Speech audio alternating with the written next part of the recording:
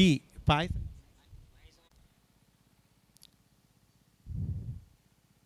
శ్రీ గురుభ్యో నమః.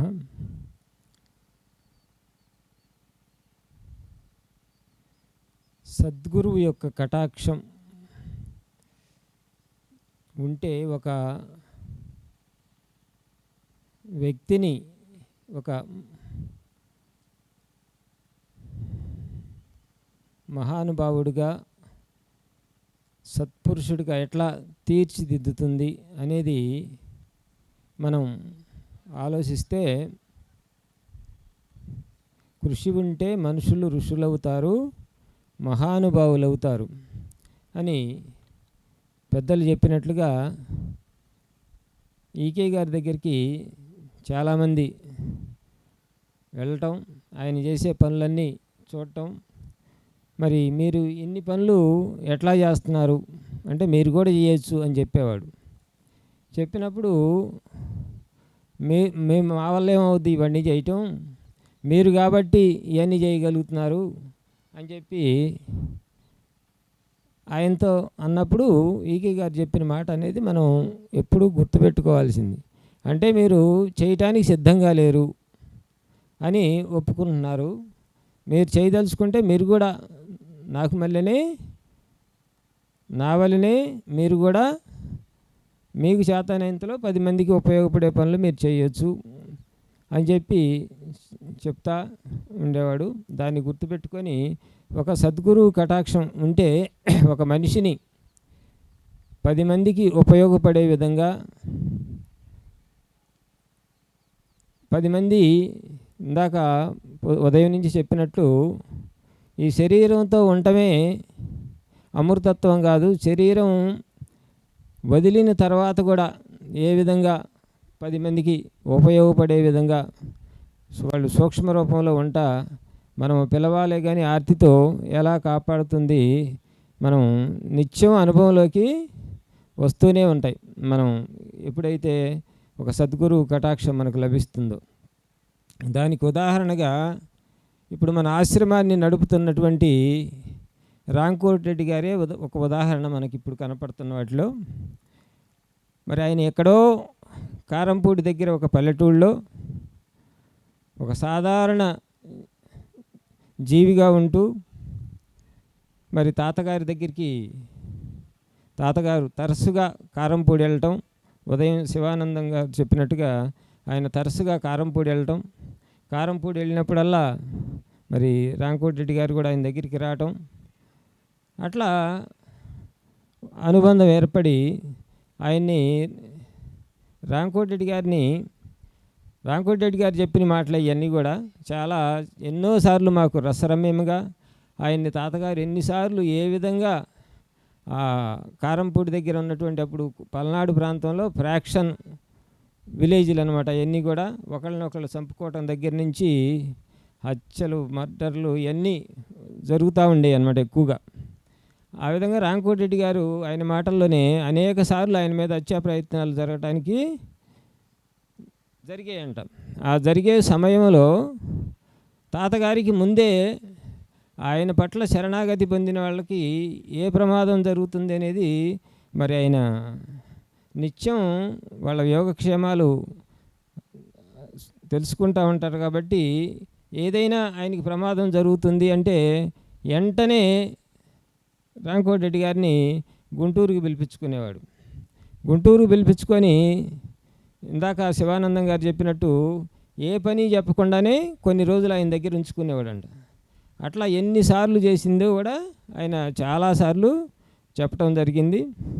ఆ విధంగా కొన్నిసార్లు చేసిన తర్వాత ఇక లాభం లేదు, నువ్వు రాంకోటి రెడ్డి గారు ఎంత శరణాగతితో తాతగారి పట్ల ఉండేవాడనే దానికి మరి ఉదాహరణలు అనేకం ఉన్నాయి.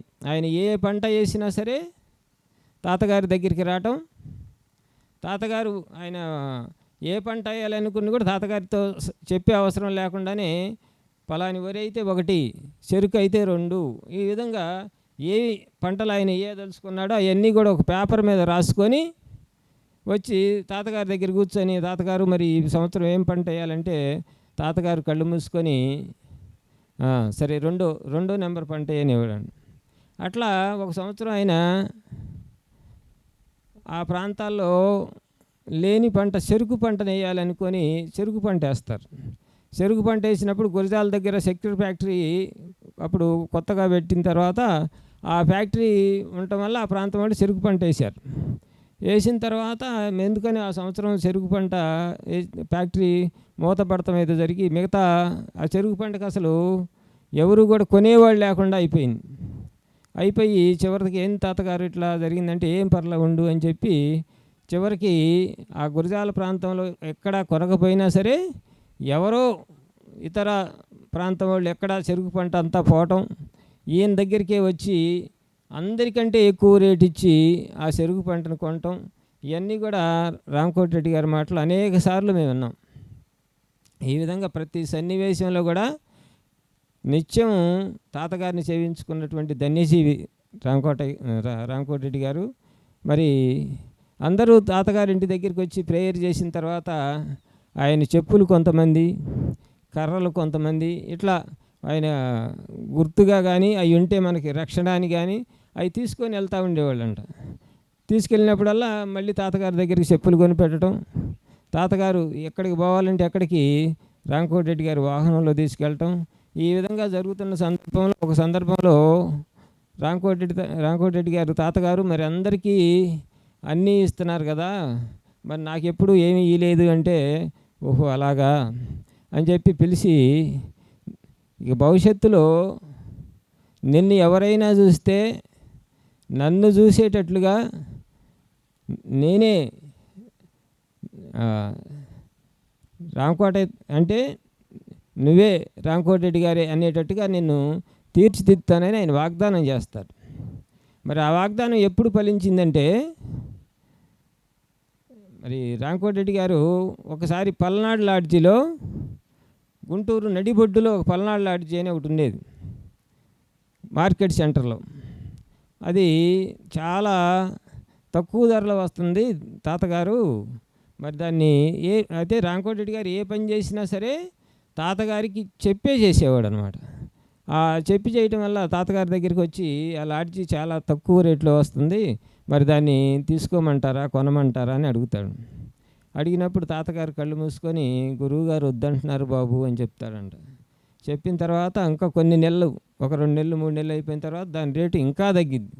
రామకోటిరెడ్డి గారి సన్నిహితులు వీళ్ళంతా కూడా ఏందిరా నీ దగ్గర డబ్బులు ఉన్నాయి కదా, అతి తక్కువగా వస్తుంది, నడిబొడ్డునున్నది, మంచి వ్యాపార కేంద్రం, నీకు అది కనుక కొనుక్కుంటే నీకు ఇక కొన్ని తరాల పాటు ఇక నీకు నీ పిల్లలకు కానీ ఎదురు చూడాల్సిన అవసరం లేదు, దాన్ని కొనమని చెబుతారండి. ఆయన దగ్గరికి చాలామంది వస్తుంటారు, ఎప్పుడూ అడిగాను ఇక గుర్తుందంటావా అని చెప్పి మళ్ళీ వచ్చి అడుగుతాడంట. మళ్ళీ వచ్చి అడిగితే మళ్ళీ ఆయన కళ్ళు మూసుకొని గురువుగారిని అడిగి చెప్తానని చెప్పి, గురువుగారు వద్దంటున్నారు బాబు గారు అని చెప్పి అన్నాను.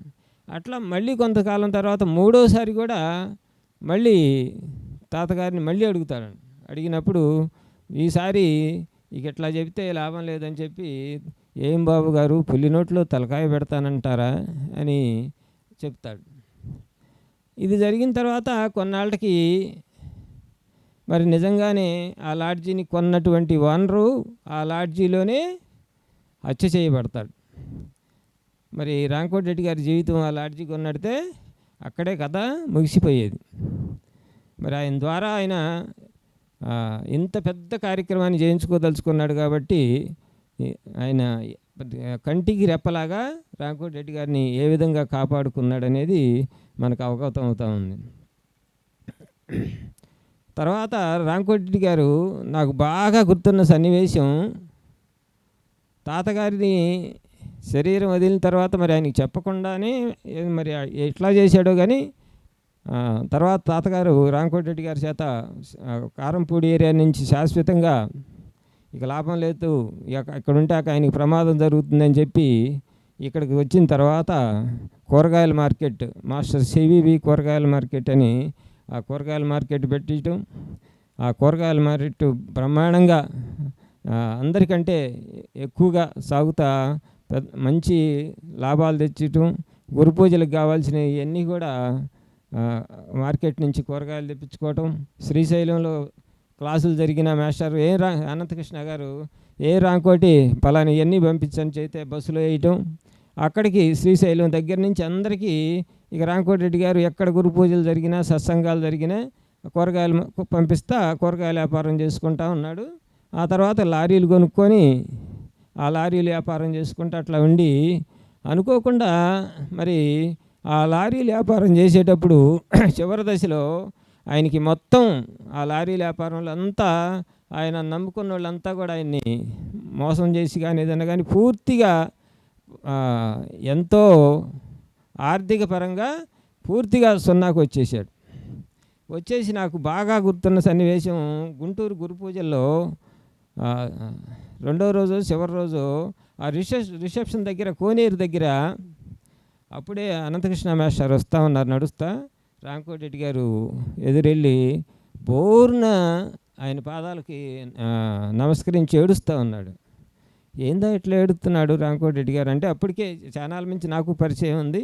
ఆయన్ని కలిసినప్పుడల్లా తాతగారి మహిమల గురించి ఇంటి గురించి అడుగుతుంటే మాకందరు కూర్చోబెట్టి చెబుతూ ఉండేవాడు. ఇవన్నీ చెరుకు తోట కథలు కానీ పల్నాడు లాడ్జి కథలు కానీ ఆయన ఎన్నిసార్లు చెప్పినా మళ్ళీ కొత్తగా ఉండేది, మళ్ళీ ఏదో కొత్తది జోడించి చెప్తూ ఉండేవాడు. అట్లా బోర్న ఎలపించి మేస్టర్ పాదాలు పట్టుకొని అంత దుఃఖాన్ని నేను ఎప్పుడు చూడలే రాంకోటి రెడ్డి గారి దగ్గర. చూసి చిన్నపిల్లాడిలాగా ఏడ్చేసిన తర్వాత మేస్టారు ఏం పర్లేదు రాంకోటి, నీకు ఏదో ఒక మార్గాన్ని తాతగారు చూపిస్తారు, నువ్వేం బాధపడబాకని చెప్పి చెప్పటం. ఆ తర్వాత మరి రాంకోటి రెడ్డి గారు ఇక్కడ మరి తాతగారి ఆశ్రమం, ఈ ఆశ్రమ నిర్మాణంలో కూడా తాతగారు శరీరం వదిలిన తర్వాత ఉదయం మరి శివానందం గారు చెప్పినట్టు తాతగారి శరీరం వదిలేటప్పటికీ తాతగారి ఆస్తి అంతా కూడా ఆయన చనిపోయిన తర్వాత ఆ శరీరాన్ని ఆయన పొలంలో పెట్టడానికి కూడా ఎక్కడ స్థలం లేని పరిస్థితి. ఆ టైంలో కూడా రాంకోటి రెడ్డి గారు మరి తాతగారికి చేను అంటే ఎంతో ఇష్టం అని చెప్పి చెప్తే ఆ చేను ఓనరు నాకు ఎంత ఇస్తే ఇస్తానని ఆ టైంలో నాకు 2 లక్షలు 3 లక్షలు ఇస్తానంటే ఎవరి దగ్గర ఏమి లేవు ఇంట్లో డబ్బులు. అప్పుడు రాంకోటి రెడ్డి గారు అందరినీ ఇట్లా అనుకుంటున్నాము, మీకు దోసింది మీరు ఇవ్వండి అంటే ఎమ్మటే ఒక అర్ధగంటలో దానికి కావాల్సినటువంటి పైకం అంతా సమకూర్చడం, ఆ ప్లేస్ కొనటం, ఇక్కడ తాతగారి సమాధిని ఏర్పాటు చేయటం, ఇవన్నీ కూడా రాంకోటి రెడ్డి గారి ద్వారానే తాతగారు చేయించుకున్నారు. ఈ విధంగా ఏర్పాటు జరగటం. ఆ తర్వాత కొన్ని సంవత్సరాలుగా డిసెంబర్ 13వ తారీఖు గ్రామస్తులందరూ కలిసి తాతగారి గురుదర్శన కార్యక్రమాన్ని చాలా వైభవపేతంగా చేస్తూ ఉంటారు ఇంటి దగ్గర. అక్కడికి వెళ్ళటం అనేది నాకు కొన్ని సంవత్సరాలకు అలవాటు. అక్కడికి వెళ్తూ ఉండేవాళ్ళం. వెళ్ళినప్పుడల్లా తాతగారి సమాధి కూడా ఒక్కసారి చూస్తే బాగుండు, ఎక్కడ ఉంటుంది ఏంది. అప్పుడు సమాధి మందిరం కానీ ఇవన్నీ ఏమీ ఉండేవి కాదు ఇక్కడ. ఫిబ్రవరి 9వ తారీఖు ఏదో తాతగారి కుటుంబ సభ్యులు కొంతమంది వచ్చి ఇక్కడ ఆరాధన చేసుకొని వెళ్తూ ఉండేవాళ్ళు.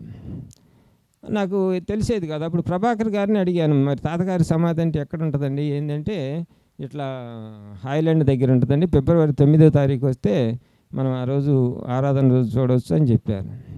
చెప్పిన తర్వాత ఇట్లానే డిసెంబర్ 13వ తారీఖు రాంకోటి రెడ్డి గారు ఎప్పుడైతే ఆర్థికంగా దెబ్బతిన్నాడో అప్పుడు ఇక్కడ సమాధి మందిరం దగ్గరికి రావటం. అప్పుడు ఇందాక సాధకులు కొంతమంది చెప్పినట్టు మనం ఏదైనా బాధల్లో ఉన్నప్పుడు రాంకోటి రెడ్డి గారు ఇట్లా నాకు బాధ కలిగిందంటే ఆయన గుంటూరు నుంచి వచ్చేవాడు పాపం బండేసుకొని. మనం ఇక్కడికి వచ్చి ఇట్లా మనల్ని రమ్మని ఆయన బండేసుకొని వచ్చి ఇక్కడ మనకి ప్రేయర్ చేసి విభూది పెట్టి మనకు చెప్పాల్సిన మాటలు చెప్పి మళ్ళీ వెళ్తూ ఉండేవాడు. ఇక్కడ భోజన ఏర్పాట్లు కానీ ఏమీ లేవు. అవి ఎవరైనా నలుగురు వస్తే ఏ హోటల్ దగ్గర నుంచో వెళ్ళి ఆ భోజనం తెచ్చుకొని తిని కాసేపు మంచి మాటలు చెప్పుకొని వెళ్తూ ఉండేవాడు. ఇక అట్లా ఒకసారి డిసెంబర్ 13వ తారీఖు వచ్చినప్పుడు నాకు ఇట్లా నేను ఆశ్రమం దగ్గరికి వెళ్తున్నాను, అక్కడ చాలా శక్తివంతమైనటువంటి కేంద్రంగా నాకు పెద్దలు సూచించారు.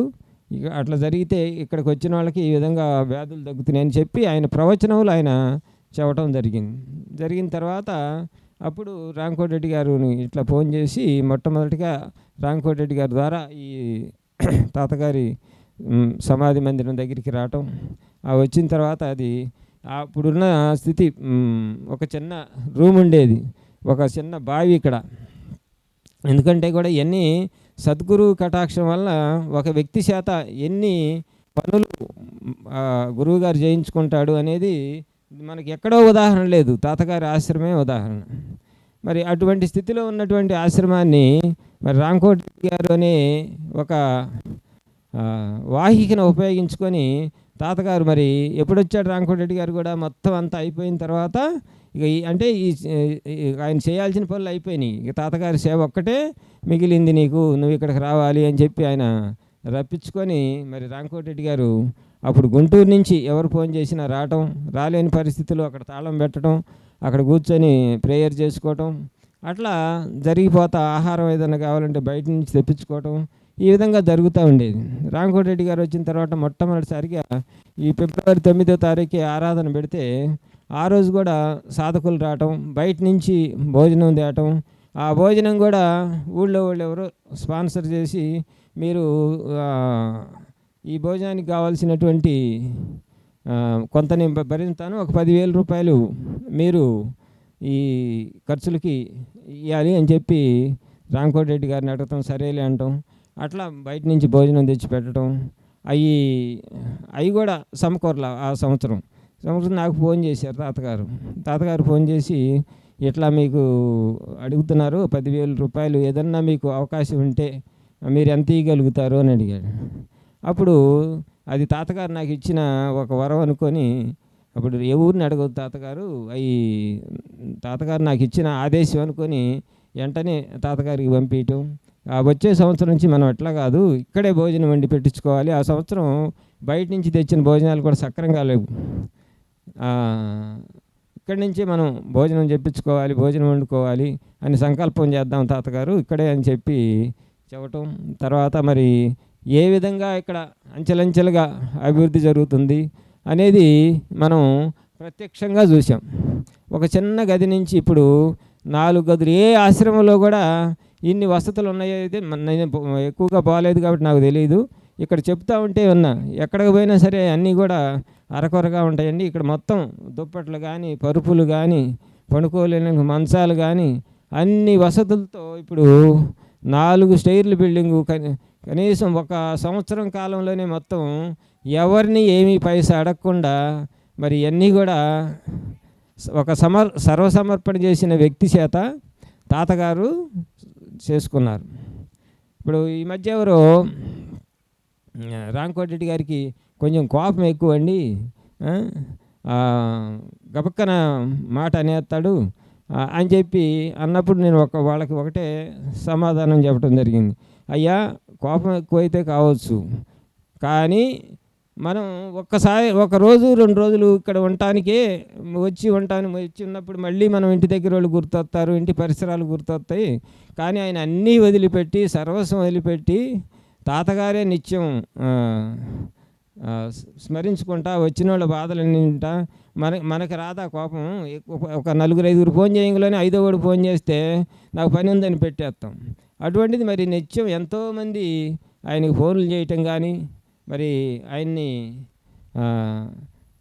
చెప్పిందే మళ్ళీ చెప్పటం కానీ, ఈ విధంగా అనేక సందర్భాల్లో మరి ఆయన్ని విసిగిస్తూ ఉంటారు. అయినప్పటికీ కూడా ఆయన ఎంతో సహనంతో ఉంటూ ఈ ఆశ్రమాన్ని స్థాపించి మరి ఒక సద్గురు కటాక్షం, ఒక మనిషిని, మరి రాంకోటిరెడ్డి గారు ఎక్కడో ఉన్నాడు పల్నాడు జిల్లాలో, అటువంటి వ్యక్తిని మరి ఎంతోమందికి ఆదర్శప్రాయంగా, ఇప్పుడు ఆయన ఫోన్ కలిస్తే చాలు నా వ్యాధి నయమవుతుంది అని ఎంతోమంది ఎదురు చూసి ఇక్కడే దేశాల నుంచి ఫోన్లు వస్తూ మరి ఆయన ఒక వాయిగా ఏ విధంగా ఉపయోగపడుతున్నాడు అనేది మనం తెలుసుకొని, అయితే మనం చాలా విషయాలు తెలుసుకుంటాం. ఆ తెలుసుకున్న విషయాల్ని ఎంతబడికి ఆచరిస్తున్నాం అనేదే ప్రధానం. మనం వాటిని ఆచరించడానికి త్రికరణ శుద్ధిగా మనం ప్రయత్నం చేసి మరి మనం సద్గురువులు కటాక్షం పొందుతుంగాక, మనందరికీ తాతగారి రక్షణ ఎప్పుడూ ఎల్లవేళ ఉండుగాక అని కోరుకుంటూ మరి సెలవు తీసుకుంటున్నాను. ఆర్థిక పరంగా పూర్తిగా సున్నాకు వచ్చేసాడు. వచ్చేసి నాకు బాగా గుర్తున్న సన్నివేశం, గుంటూరు గురు పూజల్లో రెండో రోజు చివరి రోజు ఆ రిసెప్షన్ దగ్గర కోనేరు దగ్గర అప్పుడే అనంతకృష్ణ మాస్టర్ వస్తూ ఉన్నారు నడుస్తా. రాంకోటెడ్డి గారు ఎదురెళ్ళి బోర్న ఆయన పాదాలకి నమస్కరించి ఏడుస్తూ ఉన్నాడు. ఏందో ఇట్లా ఏడుస్తున్నాడు రాంకోటెడ్డి గారు అంటే, అప్పటికే చానాల నుంచి నాకు పరిచయం ఉంది. ఆయన్ని కలిసినప్పుడల్లా తాతగారి మహిమల గురించి ఇంటి గురించి అడుగుతుంటే మాకందరు కూర్చోబెట్టి చెబుతూ ఉండేవాడు. ఇవన్నీ చెరుకు తోట కథలు కానీ, పల్నాడు లాడ్జి కథలు కానీ, ఆయన ఎన్నిసార్లు చెప్పినా మళ్ళీ కొత్తగా ఉండేది. మళ్ళీ ఏదో కొత్తది జోడించి చెప్తూ ఉండేవాడు. అట్లా బోర్న ఎలపించి మేస్టర్ పాదాలు పట్టుకొని అంత దుఃఖాన్ని నేను ఎప్పుడు చూడలే రాంకోటెడ్డి గారి దగ్గర. చూసి చిన్నపిల్లాడిలాగా ఏడ్చేసాడు. ఏడ్చేసిన తర్వాత మేస్టారు, ఏం పర్లేదు రాంకోటి, నీకు ఏదో ఒక మార్గాన్ని తాతగారు చూపిస్తారు, నువ్వేం బాధపడబాకని చెప్పి చెప్పటం. ఆ తర్వాత మరి రాంకోటెడ్డి గారు ఇక్కడ మరి తాతగారి ఆశ్రమం, ఈ ఆశ్రమ నిర్మాణంలో కూడా తాతగారు శరీరం వదిలిన తర్వాత ఉదయం మరి శివానందం గారు చెప్పినట్టు తాతగారు శరీరం వదిలేటప్పటికీ తాతగారి ఆస్తి అంతా కూడా ఆయన చనిపోయిన తర్వాత ఆ శరీరాన్ని ఆయన పొలంలో పెట్టడానికి కూడా ఎక్కడ స్థలం లేని పరిస్థితి. ఆ టైంలో కూడా రాంకోటెడ్డి గారు మరి తాతగారికి చేను అంటే ఎంతో ఇష్టం అని చెప్పి చెప్పటం, చెప్తే ఆ చేను ఓనరు నాకు ఎంత ఇస్తే ఇస్తానని, ఆ టైంలోనే ఒక 2 లక్షలు 3 లక్షలు ఇస్తానంటే ఎవరి దగ్గర ఏమి లేవు ఇంట్లో డబ్బులు. అప్పుడు రాంకోటెడ్డి గారు అందరినీ ఇట్లా అనుకుంటున్నాము, మీకు దోసింది మీరు ఇవ్వండి అంటే ఎమ్మటే ఒక అర్ధగంటలో దానికి కావాల్సినటువంటి పైకం అంతా సమకూర్చడం, ఆ ప్లేస్ కొనటం, ఇక్కడ తాతగారి సమాధిని ఏర్పాటు చేయటం, ఇవన్నీ కూడా రాంకోటెడ్డి గారి ద్వారానే తాతగారు చేయించుకున్నారు. ఈ విధంగా ఏర్పాటు జరగటం. ఆ తర్వాత కొన్ని సంవత్సరాలుగా డిసెంబర్ 13వ తారీఖు గ్రామస్తులందరూ కలిసి తాతగారి గురుదర్శన కార్యక్రమాన్ని చాలా వైభవపేతంగా చేస్తూ ఉంటారు ఇంటి దగ్గర. అక్కడికి వెళ్ళటం అనేది నాకు కొన్ని సంవత్సరాలకు అలవాటు. అక్కడికి వెళ్తూ ఉండేవాళ్ళం. వెళ్ళినప్పుడల్లా తాతగారి సమాధి కూడా ఒకసారి చూస్తే బాగుండు, ఎక్కడ ఉంటుంది ఏంది. అప్పుడు సమాధి మందిరం కానీ ఇవన్నీ ఏమీ ఉండేవి కాదు ఇక్కడ. ఫిబ్రవరి 9వ తారీఖు ఏదో తాతగారి కుటుంబ సభ్యులు కొంతమంది వచ్చి ఇక్కడ ఆరాధన చేసుకొని వెళ్తూ ఉండేవాళ్ళు. నాకు తెలిసేది కాదు. అప్పుడు ప్రభాకర్ గారిని అడిగాను, మరి తాతగారి సమాధి అంటే ఎక్కడ ఉంటుందండి ఏంటంటే, ఇట్లా హాయిలాండ్ దగ్గర ఉంటుందండి, ఫిబ్రవరి 9వ తారీఖు వస్తే మనం ఆ రోజు ఆరాధన రోజు చూడవచ్చు అని చెప్పారు. చెప్పిన తర్వాత ఇట్లానే డిసెంబర్ 13వ తారీఖు రాంకోటెడ్డి గారు ఎప్పుడైతే ఆర్థికంగా దెబ్బతిన్నాడో అప్పుడు ఇక్కడ సమాధి మందిరం దగ్గరికి రావటం. అప్పుడు ఇందాక సాధకులు కొంతమంది చెప్పినట్టు మనం ఏదైనా బాధల్లో ఉన్నప్పుడు రాంకోటెడ్డి గారు ఇట్లా నాకు బాధ కలిగిందంటే ఆయన గుంటూరు నుంచి వచ్చేవాడు పాపం బండేసుకొని. మనం ఇక్కడికి వచ్చి ఇట్లా మనల్ని రమ్మని ఆయన బండేసుకొని వచ్చి ఇక్కడ మనకి ప్రేయర్ చేసి విభూది పెట్టి మనకు చెప్పాల్సిన మాటలు చెప్పి మళ్ళీ వెళ్తూ ఉండేవాడు. ఇక్కడ భోజన ఏర్పాట్లు కానీ ఏమీ లేవు. అవి ఎవరైనా నలుగురు వస్తే ఏ హోటల్ దగ్గర నుంచో వెళ్ళి ఆ భోజనం తెచ్చుకొని తిని కాసేపు మాటలు చెప్పుకొని మంచి మాటలు చెప్పుకొని వెళ్తూ ఉండేవాడు. ఇక అట్లా ఒకసారి డిసెంబర్ 13వ తారీఖు వచ్చినప్పుడు నాకు ఇట్లా నేను ఆశ్రమం దగ్గరికి వెళ్తున్నాను. వెళ్తా అక్కడ చాలా శక్తివంతమైనటువంటి కేంద్రంగా నాకు పెద్దలు సూచించారు. ఇక అట్లా జరిగితే ఇక్కడికి వచ్చిన వాళ్ళకి ఈ విధంగా వ్యాధులు తగ్గుతున్నాయని చెప్పి ఆయన ప్రవచనములు ఆయన చెప్పడం జరిగిన తర్వాత అప్పుడు రాంకోటెడ్డి గారుని ఇట్లా ఫోన్ చేసి మొట్టమొదటిగా రాంకోటెడ్డి గారి ద్వారా ఈ తాతగారి సమాధి మందిరం దగ్గరికి రావటం. వచ్చిన తర్వాత అది అప్పుడున్న స్థితి, ఒక చిన్న రూమ్ ఉండేది, ఒక చిన్న బావి ఇక్కడ. ఎందుకంటే కూడా ఇవన్నీ సద్గురు కటాక్షం వల్ల ఒక వ్యక్తి చేత ఎన్ని పనులు గురువుగారు చేయించుకుంటాడు అనేది మనకి ఎక్కడో ఉదాహరణ లేదు, తాతగారి ఆశ్రమే ఉదాహరణ. మరి అటువంటి స్థితిలో ఉన్నటువంటి ఆశ్రమాన్ని మరి రాంకోటెడ్డి గారు అనే ఒక వాహికను ఉపయోగించుకొని తాతగారు మరి ఎప్పుడొచ్చాడు రాంకోటెడ్డి గారు కూడా మొత్తం అంతా అయిపోయిన తర్వాత ఇక అంటే ఆయన చేయాల్సిన పనులు అయిపోయినాయి. ఇక తాతగారి సేవ ఒక్కటే మిగిలింది నీకు, నువ్వు ఇక్కడికి రావాలి అని చెప్పి ఆయన రప్పించుకొని మరి రాంకోటిరెడ్డి గారు అప్పుడు గుంటూరు నుంచి ఎవరు ఫోన్ చేసినా రావటం, రాలేని పరిస్థితుల్లో అక్కడ తాళం పెట్టడం, అక్కడ కూర్చొని ప్రేయర్ చేసుకోవటం, అట్లా జరిగిపోతా ఆహారం ఏదైనా కావాలంటే బయట నుంచి తెప్పించుకోవటం, ఈ విధంగా జరుగుతూ ఉండేది. రాంకోటిరెడ్డి గారు వచ్చిన తర్వాత మొట్టమొదటిసారిగా ఈ ఫిబ్రవరి 9వ తారీఖు ఆరాధన పెడితే ఆ రోజు కూడా సాధకులు రావటం, బయట నుంచి భోజనం తేవటం, ఆ భోజనం కూడా ఊళ్ళో వాళ్ళు ఎవరో స్పాన్సర్ చేసి మీరు ఈ భోజనానికి కావాల్సినటువంటి కొంత నేను భరిస్తాను, ఒక 10,000 రూపాయలు మీరు ఈ ఖర్చులకి ఇవ్వాలి అని చెప్పి రాంకోటిరెడ్డి గారిని అడగటం, సరేలే అంటాం. అట్లా బయట నుంచి భోజనం తెచ్చి పెట్టడం, అవి కూడా సమకూరల. ఆ సంవత్సరం నాకు ఫోన్ చేశారు తాతగారు ఫోన్ చేసి, ఇట్లా మీకు అడుగుతున్నారు 10,000 రూపాయలు, ఏదన్నా మీకు అవకాశం ఉంటే మీరు ఎంత ఇవ్వగలుగుతారు అని అడిగాడు. అప్పుడు అది తాతగారు నాకు ఇచ్చిన ఒక వరం అనుకొని, అప్పుడు ఏ ఊరిని అడగదు తాతగారు, తాతగారు నాకు ఇచ్చిన ఆదేశం అనుకొని వెంటనే తాతగారికి పంపించటం. వచ్చే సంవత్సరం నుంచి మనం ఎట్లా కాదు, ఇక్కడే భోజనం వండి పెట్టించుకోవాలి. ఆ సంవత్సరం బయట నుంచి తెచ్చిన భోజనాలు కూడా సక్రంగా లేవు, ఇక్కడి నుంచే మనం భోజనం చెప్పించుకోవాలి, భోజనం వండుకోవాలి అని సంకల్పం చేద్దాం తాతగారు ఇక్కడే అని చెప్పి చెప్పటం. తర్వాత మరి ఏ విధంగా ఇక్కడ అంచెలంచెలుగా అభివృద్ధి జరుగుతుంది అనేది మనం ప్రత్యక్షంగా చూసాం. ఒక చిన్న గది నుంచి ఇప్పుడు 4 గదులు. ఏ ఆశ్రమంలో కూడా ఇన్ని వసతులు ఉన్నాయైతే నేను ఎక్కువగా పోలేదు కాబట్టి నాకు తెలియదు. ఇక్కడ చెప్తా ఉంటే ఉన్నా, ఎక్కడికి పోయినా సరే అన్నీ కూడా అరకొరగా ఉంటాయండి. ఇక్కడ మొత్తం దుప్పట్లు కానీ, పరుపులు కానీ, పడుకోలేని మంచాలు కానీ అన్ని వసతులతో ఇప్పుడు 4 స్టైర్లు బిల్డింగు కనీసం ఒక సంవత్సరం కాలంలోనే మొత్తం ఎవరిని ఏమీ పైసా అడగకుండా మరి ఇవన్నీ కూడా ఒక సర్వసమర్పణ చేసిన వ్యక్తి చేత తాతగారు చేసుకున్నారు.